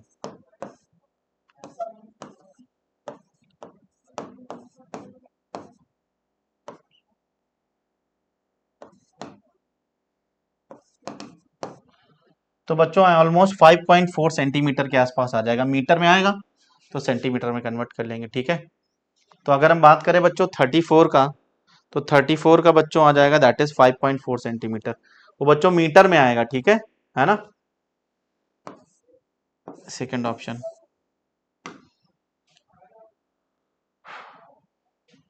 a wire of length L and radius R, question number 35 guys, बहुत इंपॉर्टेंट है, ठीक ठाक क्वेश्चन है, देख लो ध्यान से। A wire of length L बच्चों and radius R clamp to one end, तो बच्चों एक वायर है, इसका लेंथ एल है और रेडियस आर है, ठीक। Other and is pulled bye a force F, मैं इसको कैपिटल एफ लिख लेता हूं बच्चों। इफ द लेंथ इंक्रीज, तो डेल्टा एल बराबर बच्चों दे रखा है L. Another wire of same material, अगर बच्चों सेम मटेरियल है, ठीक है, तो उसका बच्चों यंग्स मॉडुलस क्या होगा, सेम होगा। और यंग्स मॉडुलस क्या होता है बच्चों, स्ट्रेस बाय स्ट्रेन, तो फोर्स बाय एरिया, और डिवाइड बाय बच्चों डेल्टा एल बाई एल। तो यहां से यंग्स मॉडुलस क्या आ जाएगा, that is force by area into L by delta L. ये बच्चों दोनों केस में सेम होगा, क्योंकि this is a property of material. और यहां से अगर हम बात करें तो फोर्स बाय एरिया, एरिया क्या हो जाएगा बच्चों, that is pi R square, और into beta L by delta L. तो पहले वायर के लिए बात करें, फोर्स बच्चों एफ था, रेडियस आर थी पाई आर स्क्वायर, लेंथ बच्चों इनिशियल लेंथ थी बच्चों कैपिटल एल, और इलोंगेशन हुआ डेल्टा एल के बराबर। बाद में क्या किया बच्चों, उसी वायर के साथ में सेम मटेरियल का वायर है, उसकी लेंथ बच्चों दे रखी है कितनी, तो उस पर फोर्स अप्लाई किया कितने का, देख लो देख लो देख लो, फोर्स लगाया 2F लगा दिया बच्चों। और रेडियस बच्चों अगर हम बात करें तो 2R है, तो क्या हो जाएगा बच्चों 4R² इंटू लेंथ कितनी थी बच्चों इसकी 2L थी, लेंथ कितनी थी 2L, और हमसे पूछा था यहां पर दैट इज डेल्टा एल बच्चों। ये देखते हैं ध्यान से, तो 2 2 4 4 4 कैंसिल, R², यहाँ पे बच्चों पाई होगा, पाई से पाई कैंसिल, R² से R² कैंसिल, F से F कैंसिल, L से L कैंसिल, तो जाहिर सी बात है बच्चों दैट इज डेल्टा एल बराबर एल। तो दूसरे केस में भी इलोंगेशन कितना आएगा एल के बराबर। एक अच्छा क्वेश्चन था बच्चों, तो थर्ड ऑप्शन। क्वेश्चन नंबर 36, बहुत ही प्यारा सवाल था बच्चों ये वाला। आपको basic mechanical properties of solid के बारे में पता होना चाहिए गाइस, है ना। और अगर आप इस टेस्ट में बच्चों 140 150 मार्क्स स्कोर कर रहे हैं तो दैट्स गुड इनफ है बच्चों, बहुत अच्छी बात है। मतलब आप नीट में भी ऐसा ही स्कोर कर जाएंगे, इसी के इक्विवेलेंट बच्चों नीट का भी पेपर होता है। द पोजीशन ऑफ पार्टिकल दे रखा है बच्चों in metre, magnitude of velocity of particle at 2, तो बच्चों dx/dt, तो dx/dt is equal to v, इसको डिफरेंशिएट कर देते हैं बच्चों, ये आ जाएगा 10t और माइनस का 4, तो t इज इक्वल टू बच्चों वेलोसिटी है t इक्वल टू 2 पूछा है, तो क्या जाएगा 10 इंटू 2 माइनस का 4, तो 20 माइनस 4 बराबर बच्चों कितना आ जाएगा, that is 16 metre per second. तो 16 मीटर पर सेकेंड क्या बच्चों सेकेंड ऑप्शन होगा, बिल्कुल सही बात है। तो क्वेश्चन नंबर बच्चों 37, electric field due to short electric dipole at a distance at a large distance r from the center of equatorial, तो बच्चों E at equatorial का जो फॉर्मूला होता है बच्चों दैट इज kp/r³, और एक्सियल पे बच्चों 2kp/r³, तो इनवर्सली प्रोपोर्शनल टू बच्चों r³। ये बच्चों इंपॉर्टेंट है, ये फॉर्मूला एक्सियल और इक्वेटोरियल के डायपोल के इलेक्ट्रिक फील्ड का बच्चों याद होना चाहिए। तो इक्वेटोरियल पे बच्चों kp/r³ और एक्सियल पे 2kp/r³। बहुत ही प्यारा सवाल बच्चों,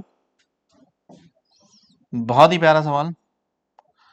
तो बच्चों इसमें देखना होगा कौन कौन से डायोड फंक्शनिंग में है, ये प्लस है ये माइनस है। अब अगर हम बात करें तो ये बच्चों फंक्शन में होगा डायोड, ठीक है बच्चों, ये डायोड फंक्शन में होगा, क्योंकि डायोड की अगर हम बात करें बच्चों तो पीएन जंक्शन डायोड में this is P terminal and ये एन है, तो P must be at higher potential for forward bias, और फॉरवर्ड बायस में बच्चों करंट कंडक्ट करती है। और अगर हम बात करें बच्चों तो ये हमारा रिवर्स बायस में है, तो रिवर्स बायस में बच्चों करंट फ्लो नहीं करेगा। रिवर्स बायस में जब भी पीएन जंक्शन डायोड होता है तो ओपन सर्किट के तरीके से काम करता है। अगर बच्चों फॉरवर्ड बायस में है तो अपन इसको जीरो रेजिस्टेंस के वायर से जोड़ सकते हैं। अगर पीएन जंक्शन डायोड बच्चों रिवर्स बायस में है, P अगर नेगेटिव से कनेक्टेड है और N पॉजिटिव से, तो this behave like open circuit. तो बच्चों अगर ये ओपन सर्किट से बिहेव करेगा तो इसको हटा देंगे डायग्राम से और नया सर्किट बनाते हैं बच्चों। तो ये बच्चों एक रेजिस्टेंस बच्चों ये था हमारा, और एक रेजिस्टेंस हमारा ये था कुछ इस तरीके से, और ये हमारा सर्किट डायग्राम है। ये बच्चों हमारा नेगेटिव, ये पॉजिटिव, ये 10 वोल्ट की बैटरी लगी हुई है। तो पूछा गया है करंट ड्रॉन आई की वैल्यू पूछी है, ये बच्चों 10 और ये 10 और ये 10, तो ये दोनों बच्चों सीरीज में है। तो इसका इक्विवेलेंट डायग्राम अगर मैं बनाऊंगा तो ये 10 और ये 10, और इससे पैरेलल बच्चों ये 10, ठीक है। तो अगर मैं बात करूं बच्चों तो 10 और 10 और ये 10, तो कितना आ जाएगा बच्चों पैरेलल में दो ब्रांचेस में, एक में 20 और एक में 10। तो आर इक्विवेलेंट का फॉर्मूला अपन को पता है बच्चों, that is R1 R2 divide by R1 plus R2, तो 20 इंटू 10 डिवाइड बाई 30 बच्चों, तो कितना आ जाएगा 20/3। तो आर इक्विवेलेंट हमारे पास में आ गया बच्चों, दैट इज 20/3। करंट पूछा है तो V बराबर बच्चों I इंटू आर, तो I बराबर बच्चों V/R, तो वोल्टेज कितना 10, R कितना बच्चों 20/3, खत्म खत्म, तो 3/2 बराबर बच्चों 1.5, तो करंट बच्चों आ जाएगा 1.5। तो डायोड का बच्चों, और ये मैं 2 साल से बच्चों नीट में नोटिस कर रहा हूं कि सिंपल सर्किट के साथ बच्चों डायोड लगा देता है, ठीक है, specially for this particular topic. इस बार भी कुछ ऐसा ही था, इसके पिछली बार भी कुछ ऐसा ही था बच्चों, ठीक है। तो यहां पर बच्चों आप सिंपल सर्किट के जब भी क्वेश्चन सॉल्व करें तो वहां पर डायोड को जरूर इंक्लूड करें कि कब डायोड हमारा फॉरवर्ड बायस में है, कब रिवर्स बायस में है, आइडियल है, आइडियल पीएन जंक्शन डायोड का रेजिस्टेंस फॉरवर्ड बायस में 0, रिवर्स बायस में इनफाइनाइट। तो हो सकता है रियल अगर डायोड हो तो उसका रेजिस्टेंस भी दे रखा होता है, तो आपको सर्किट में वो रेजिस्टेंस इंक्लूड करके चलना है, ठीक है। Question number 39, the de Broglie wavelength of electron of kinetic energy E is lambda, the kinetic energy of electron become E/4, तो डी ब्रॉगली वेवलेंथ, तो लैम्डा इज इक्वल टू बच्चों h/p और h is equal to √2m k, और यहां से अगर हम बात करें तो lambda is inversely proportional to √k बच्चों, तो यहां से अगर हम बात करें तो lambda is inversely proportional to k बच्चों। अब रिलेशन लिख लेते हैं, तो क्या लिखेंगे बच्चों रिलेशन, तो क्या आ जाएगा बच्चों λ1 स्क्वायर बाई λ2 स्क्वायर बराबर बच्चों दैट इज k2/k1। तो λ1 बच्चों लैम्डा है, ठीक है, तो λ1 स्क्वायर, λ2 स्क्वायर नहीं पता बच्चों, पहले काइनेटिक एनर्जी E थी, बाद में बच्चों कितनी हो गई E/4, तो E से ही खत्म हो गया बच्चों। तो अगर हम बात करेंगे तो k2/k1, तो k2 बच्चों कितनी हो गई E/4, और पहले कितनी थी बच्चों E, तो E से ही कैंसिल हो गया बच्चों। तो यहां से अगर हम बात करें तो λ2 स्क्वायर बराबर 4 लैम्डा, तो λ2 बराबर बच्चों 2 टाइम्स ऑफ लैम्डा, और 2 टाइम्स ऑफ लैम्डा की अगर हम बात करें तो बच्चों सेकंड ऑप्शन करेक्ट, ठीक है गाइस। नेक्स्ट क्वेश्चन बच्चों, क्वेश्चन नंबर बच्चों 40, एक अच्छा सवाल है, आपको एसएचएम की बहुत अच्छी अंडरस्टैंडिंग होनी चाहिए इस क्वेश्चन को क्रैक करने के लिए। तो क्वेश्चन नंबर 40 बच्चों, तो 40 की अगर हम बात करें तो 40 इज बेस्ड ऑन एसएचएम बच्चों, ठीक है, तो देख लेते हैं।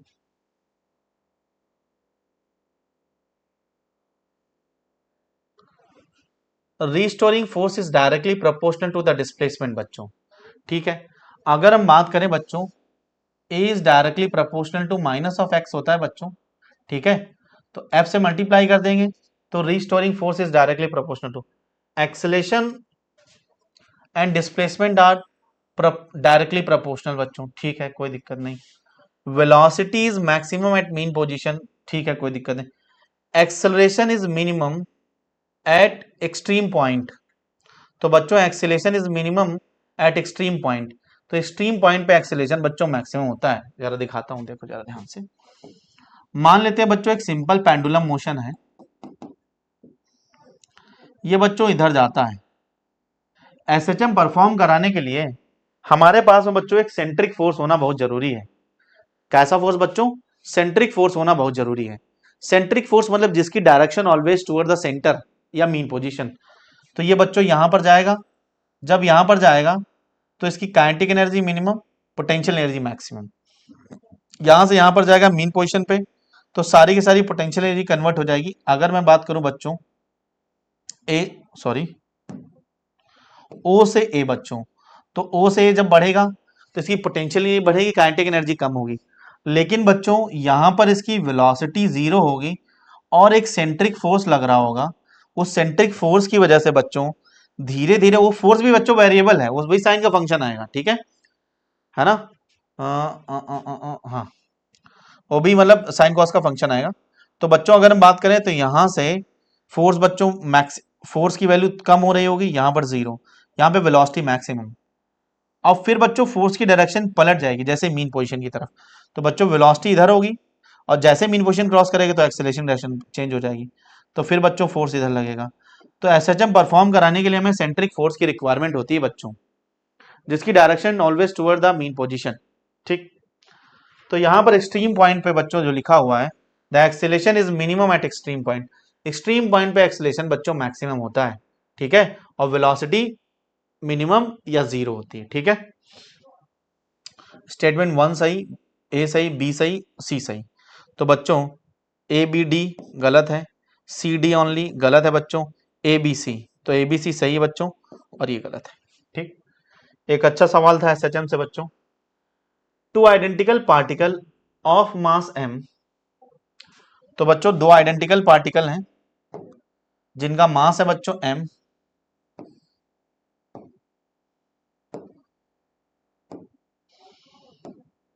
दो आइडेंटिकल पार्टिकल हैं जिनका मास है बच्चों m और उनकी रेडियसेस हैं r।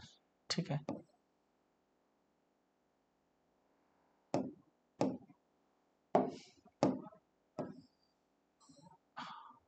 ठीक है, तो दोनों के बच्चों मास m, इसका भी मास है m और इसका भी मास है m।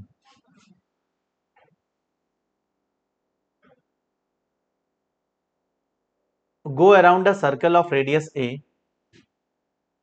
तो बच्चों a, go around a circle of radius a under the action of their mutual interaction gravitational attraction बच्चों। ठीक है, एंड पूछा है क्या है बच्चों, एंगुलर स्पीड, तो ओमेगा पूछा है। आसान सवाल है बच्चों। तो अगर हम बात करें तो बच्चों इसको चला कौन होगा, सेंट्रीपिटल फोर्स। ठीक है, यहां पर radius of circle is R, तो बच्चों मास, जो मास पार्टिकल है उसकी रेडियस बच्चों ए होनी चाहिए। ठीक है, तो यहां से अगर हम बात करें तो ये बच्चों ऐसे चक्कर लगा रहा होगा, तो ये टोटल डिस्टेंस कितनी हो जाएगी, 2a के बराबर। ठीक है, अगर हम बात करें रेडियस आर, तो आर रेडियस में घूम रहा है बच्चों। ठीक है, तो इसकी रेडियस की अगर हम बात करें बच्चों, तो इनकी रेडियस क्या होगी बच्चों आर, और इन दोनों के बीच की डिस्टेंस क्या हो जाएगी, ये बच्चों दोनों ए डिस्टेंस पे हैं, तो एफ सी बराबर बच्चों that is M omega square R.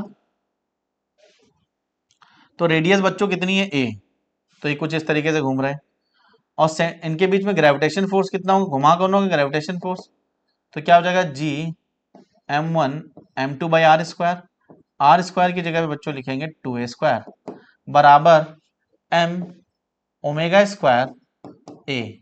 तो बच्चों इसमें क्वेश्चन में दे रखा हुआ है कि सर्कल की रेडियस आर ए है, तो बच्चों मैंने उसको ए ले भी लिया।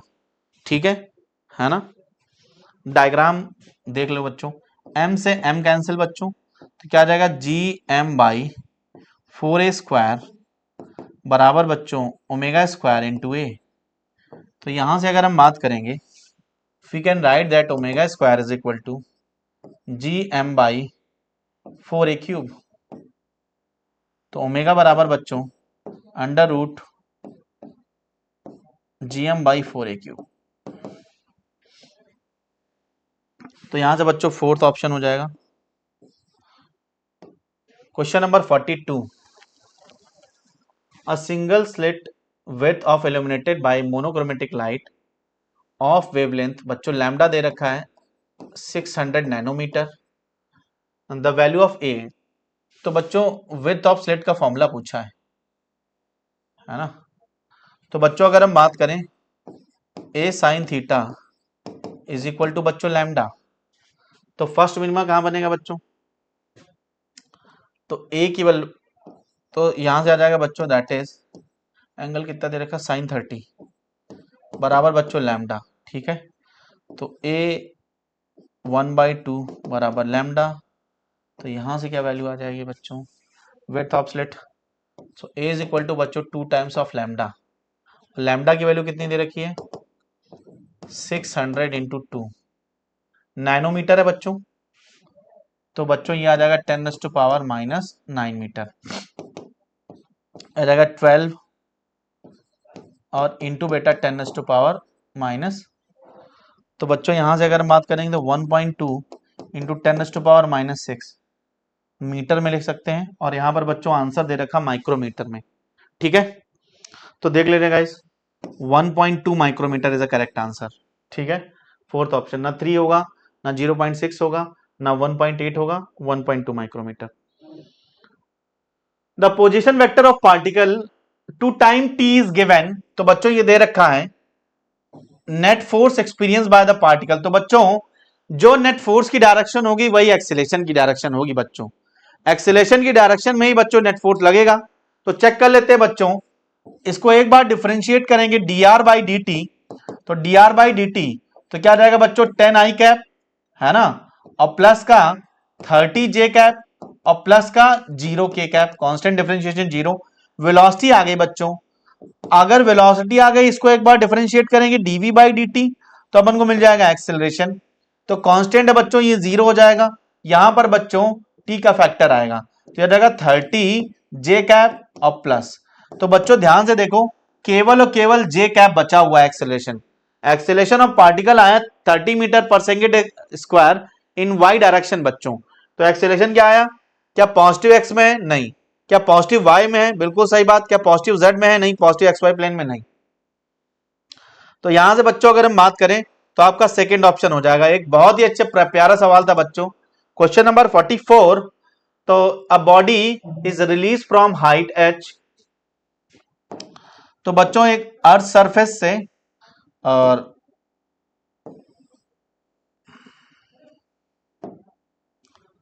तो बच्चों ये अर्थ सरफेस है, a body release from height h is equal to the radius r। तो रेडियस r है बच्चों, एक बॉडी को यहां से रिलीज करते हैं, छोड़ते हैं, ठीक है।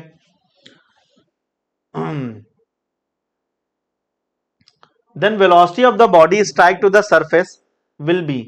तो बच्चों सिंपल सी बात है, तो सिंपल सी बात क्या है बच्चों, यहां से इसको फेंकेंगे r के बराबर, तो पोटेंशियल एनर्जी जो इसकी हुई ग्रेविटेशन पोटेंशियल वही काइनेटिक एनर्जी में बदल जाएगी। तो बच्चों that is potential energy is equal to बच्चों काइनेटिक एनर्जी। वेलोसिटी पूछिए तो पोटेंशियल एनर्जी बच्चों G M E M by R. तो आर की जगह बच्चों 2r बराबर half of m into V square. बच्चों वेलोसिटी पूछिए तो यहां से बच्चों 2 से 2 कैंसिल, m से m कैंसिल, लेकिन यहां सारे के सारे आंसर बच्चों क्या स्मॉल जी के टर्म में रखे हैं, और small G acceleration due to gravity का formula that is G M E by R E square बच्चों। तो यहां से अगर हम क्या करते हैं बच्चों, ये रेडियस ऑफ अर्थ है तो दोनों तरफ आर ई से ऊपर नीचे मल्टीप्लाई कर देते हैं, ये भी आर ई और ये भी आर ई। तो यहां से अगर हम देखें बच्चों तो ये टर्म जो बचा हुआ है that is G M E by R E square, तो ये बन जाएगा स्मॉल जी। तो small G into R E बराबर बच्चों वी स्क्वायर, तो वी बराबर बच जाएगा that is under root of R G. R E क्या है, रेडियस ऑफ अर्थ बच्चों। तो यहाँ पे बच्चों फोर्थ ऑप्शन, ये नहीं होगा बच्चों, ना ये होगा ना ये होगा, ठीक है। क्वेश्चन नंबर 45 बच्चों, बहुत ही प्यारा सवाल है क्वेश्चन नंबर 45। तो देखते हैं बच्चों, क्वेश्चन नंबर 45 कुछ इस तरीके से है।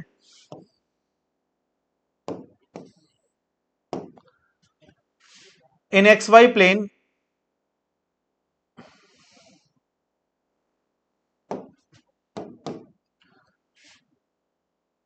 Angle 30 degree with Y axis, ठीक है। अब वेक्टर है वो एक्स वाई प्लेन में वाई एक्सेस के साथ 30 डिग्री एंगल बनाता है, कोई दिक्कत नहीं बात है। The magnitude of Y component is 2√3। तो वाई कंपोनेंट की वैल्यू दे रखी है दैट इज 2√3। तो मैग्नीट्यूड ऑफ एक्स कंपोनेंट बच्चों, तो वाई कंपोनेंट की वैल्यू पहले दे रखा है, तो मान लेते हैं बच्चों एफ है, ठीक है। और जिसके साथ एंगल बनता है उसके साथ कौन सा बच्चों, कॉस कंपोनेंट। तो एफ कॉस 30 की वैल्यू दे रखी है, तो F cos 30 is equal to बच्चों 2√3। तो कॉस 30 की वैल्यू कितनी बच्चों, क्या साइन 60 के बराबर, √3/2 बराबर बच्चों 2 इंटू √3। तो बच्चों √3 से √3 कैंसिल, तो एफ बराबर बच्चों आ गया 4, और एक्स कंपोनेंट क्या हो जाएगा, एफ साइन 30। तो साइन 30 की वैल्यू कितनी हो जाएगी 1/2, तो 4 इंटू 1/2 बराबर बच्चों 2। तो आंसर आ जाएगा बच्चों 2। क्वेश्चन नंबर 46 ये देख लेते हैं बच्चों। अच्छा क्वेश्चन था बच्चों 45 नंबर, और क्वेश्चन नंबर 46 बच्चों।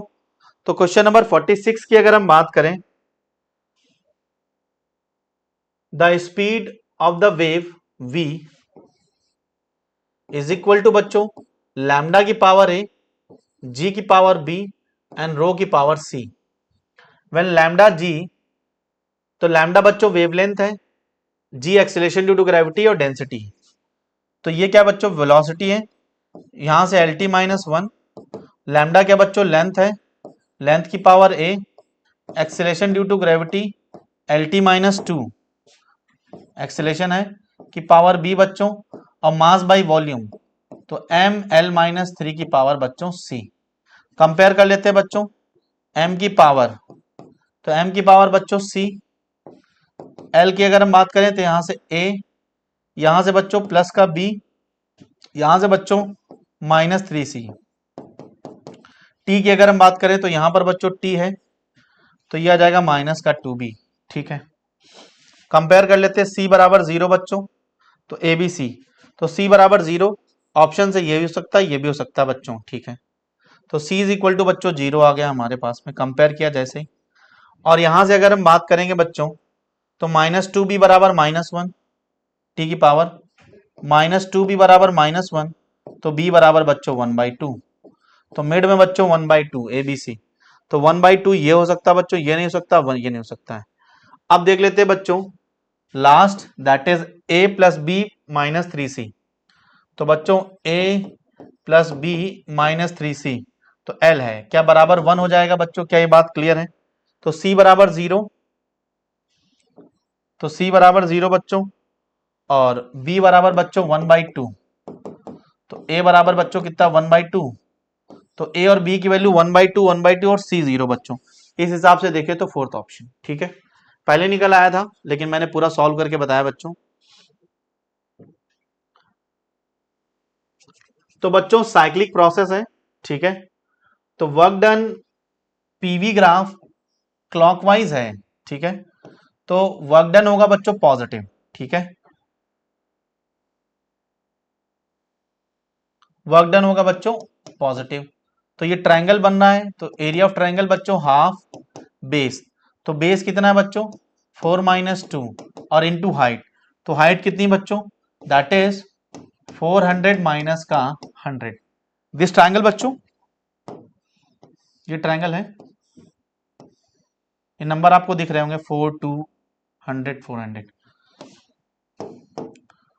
तो बच्चों 1/2 इंटू 2 इंटू बेटा 300, तो 2 2 कैंसिल बच्चों, तो वर्क डन आ गया 300 जूल थर्मोडायनेमिक वर्क बच्चों। क्या 100 होगा? नहीं। क्या 0 होगा? नहीं। क्वेश्चन नंबर बच्चों 48, और 48 की बात करें, ठीक है, तो बच्चों आखिरी कुछ सवाल बचे हुए हैं, तो हम चाहते हैं 48 और 49 और 50 नंबर सवाल बच्चों कुछ इस तरीके से हैं। मैं चाहूंगा बच्चों क्वेश्चन नंबर 48 आप अटेम्प्ट करें अच्छे से। क्वेश्चन नंबर 48 एक अच्छा सवाल है। तो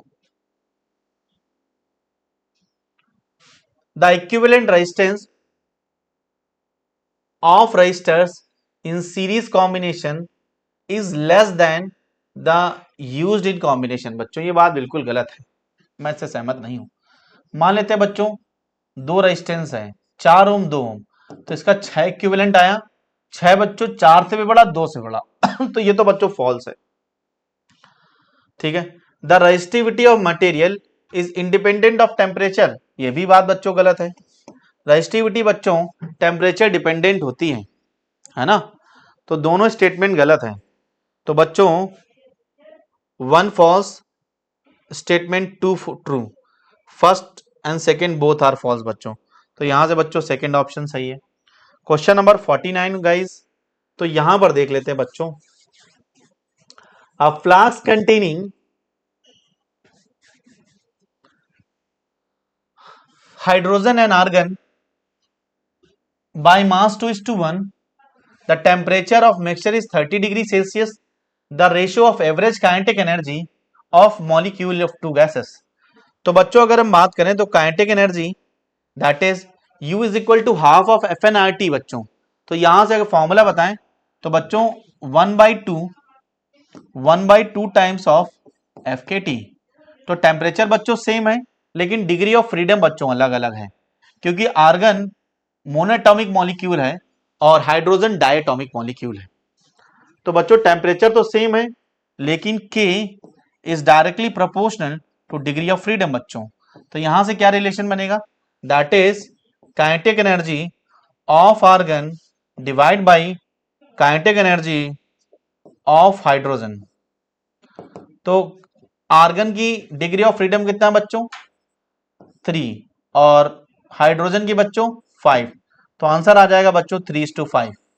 तो 3:5, तो इसको बच्चों करेक्ट कर लो, दैट इज 3:5। Question number 49, 50।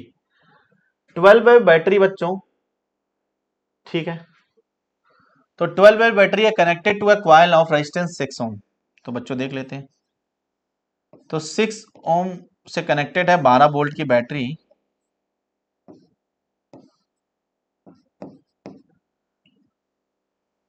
तो यहां पर बच्चों एक स्विच लगा हुआ है, ठीक। कांस्टेंट करंट बच्चों सेट कर रहा है। द स्विच ओपन इन, तो टाइम दे रखा है बच्चों 1 millisecond. The EMF induce in a coil, तो ईएमएफ इंड्यूस दे रखा है बच्चों 20 वोल्ट। तो अगर हम बात करेंगे तो EMF is equal to minus L D I by D T. तो इंडक्टेंस पूछा है, ई इज इक्वल टू बच्चों minus L D I by D T. तो ईएमएफ कितना बच्चों 20 वोल्ट है, माइनस का एल डी आई, तो करंट बच्चों कितना है, स्विच ऑन करेंगे तो बच्चों करंट जीरो हो जाएगा। तो फाइनल माइनस इनिशियल, तो जीरो, और यहां से बच्चों आ जाएगा आई बराबर वी बाई आर। तो वी कितना 12 वोल्ट है, रेजिस्टेंस कितना, तो 2 एम्पियर। तो 0 माइनस 2, ठीक है, बाई टाइम। टाइम कितना बच्चों 1 मिली सेकेंड लगा है। तो मिली मतलब बच्चों 10⁻⁻3, मिली में सब दे रखा हुआ है। तो इंडक्टेंस बच्चों, तो 1 इंटू 10⁻⁻3, तो कुछ इस प्रकार है बच्चों, that is 20 is equal to 2 times of L divide by 10⁻⁻3। तो यहां से बच्चों कैंसिल हो गया, तो ये आ जाएगा L is equal to 10 into 10⁻⁻3। तो इंडक्टेंस कितना आ जाएगा बच्चों, दैट इज 10 मिली हेनरी। तो इस प्रकार से बच्चों क्वेश्चन 10 मिली हेनरी मतलब थर्ड ऑप्शन, ठीक है। ठीक है बच्चों, तो ये था आज का पेपर। बहुत ही बच्चों एवरेज था, जिस तरीके से नीट में क्वेश्चन पेपर आता है, ठीक है। और ये हुए बच्चों 50 क्वेश्चन। और तब तक के लिए बच्चों देखते रहिए न्यू लाइट, सब्सक्राइब करिए। आज न्यू लाइट के बढ़िया सब्सक्राइबर पूरे हुए हैं, 2 लाख, है ना। ठीक है बच्चों, तो thank you all of you, thank you so much. Okay, bye bye, good night.